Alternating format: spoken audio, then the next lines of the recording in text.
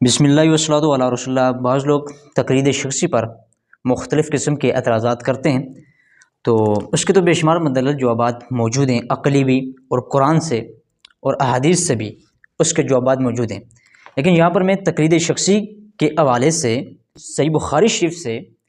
ثبوت آپ کے سامنے رکھوں گا، اور فقط ایک ہی حدیث مبارکہ رکھوں گا تاکہ بات زیادہ لمبی نہ ہو، اور انشاءاللہ پھر رفتہ رفتہ آپ کے سامنے اس طرح کی احادیث ہم ذکر کریں گے کہ جس کے اندر تقلید شخصی بیان ہوئی ہے اور نبی کریم صلی اللہ علیہ وسلم نے خود حکم دیا ہے۔ اور آج یہ کچھ لوگ کہتے ہیں کہ تقلید شخصی کرنا، کہ کسی شخص کو متعین کر کے اس کی پیروی کرنا، یہ بدعت ہے، گمراہی ہے، حرام ہے، اور پھر یہاں تک ہی نہیں رکتے بلکہ یہ بھی کہہ دیتے ہیں کہ یہ شرک ہے، جبکہ یہ میں صحیح بخاری شریف سے آپ کے سامنے روایت پیش کر رہا ہوں۔ اب یہ صحیح بخاری شریف کی کتاب الاحکام ہے، اور اس کی حدیث نمبر 7220 ہے، 7220۔ یہ حدیث مبارک ہے، ایک بوڑھی عورت نبی کریم علیہ السلام کی بارگاہ میں آئی، یہ آپ سکرین پر دیکھ سکتے ہیں۔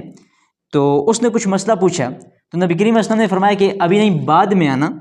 تو بعد میں تجھے اس مسئلے کا جواب دوں گا۔ تو اس عورت نے کہا کہ یا رسول اللہ صلی اللہ علیہ وسلم، اگر میں بعد میں آؤں اور آپ کو نہ پاؤں تو پھر کیا ہوگا؟ تو پھر اس مسئلے کا کیا بنے گا؟ تو جناب رسول کریم علیہ السلام نے فرمایا قال ان لم تجدینی فاتی ابا بکر، کہ اے میری صحابیہ، ان لم تجدینی، اگر تو مجھے نہ پائے، اے صحابیہ اگر تو مجھے نہ پائے تو فاتی ابا بکر، تو ابو بکر کے پاس آ جانا۔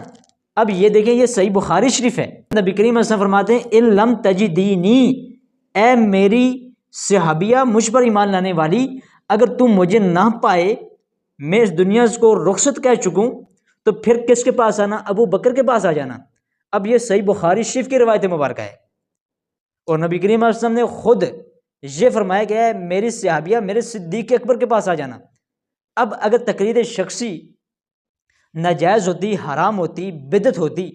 تو نبی کریم علیہ السلام پھر یہ فرما دیتے اے میری صحابیہ، جب میں نہ ہوں تو کسی سے بھی مسئلہ پوچھ لینا، وہ تمہارے مسئلے کو حل کر دے گا۔ بات تو پھر بھی ٹھیک تھی، لیکن نبی کریم علیہ السلام نے یہ فرما کر بتا دیا کہ تقلید شخصی منع نہیں ہے، ممنوع نہیں ہے، بلکہ مشروع ہے، کہ اس سے پھر وہ بے شمار شکوک و شبہات جس کے اندر انسان مبتلا ہو سکتا ہے، اس سے بچ جاتا ہے تقلید شخصی کرتے ہوئے۔ لیکن کچھ لوگ پہلے تو تقلید کو مانتے ہی نہیں ہیں، جب ان کے اوپر قرآن سے، حدیث سے ان کے سامنے دلائل رکھے جاتے ہیں تو پھر مانتے ہیں، پھر کہتے ہیں ٹھیک ہے، تقلید تو ٹھیک ہے، لیکن تقلید شخصی ٹھیک نہیں ہے۔ عجیب سی بات ہے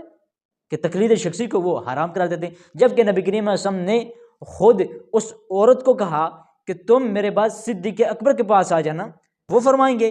اس مطابق پھر معاملہ کر لینا، ان کی اس مسئلے میں تقلید کر لینا۔ نبی کریم علیہ السلام کے اس فرمان سے اور بخاری شریف کی اس روایت سے یہ بات ثابت ہو گئی کہ تقلید شخصی جائز ہے۔ تقلید شخصی یعنی کسی شخص کو متعین کر کے اس کی تقلید کرنا یہ جائز ہے، جس طرح ہم احناف حضرت سیدنا امام اعظم ابو حنیفہ رضی اللہ تعالی عنہ کی تقلید شخصی کرتے ہیں، ہم ان کی تقلید کرتے ہیں، اور کچھ احباب ہمارے وہ امام شافعی رضی اللہ تعالی عنہ کی کرتے ہیں، اس طرح امام مالک کی جاتی ہے، امام احمد بن حنبل رضی اللہ تعالی عنہ کی جاتی ہے۔ تو اس طرح یہ جو چاروں مذاہب میں سے کسی کی بھی تقلید کرنا، یہ تقلید شخصی کہلائی جاتی ہے، اور تقلید شخصی قرآن اور احادیث سے بھی ثابت شدہ امر ہے۔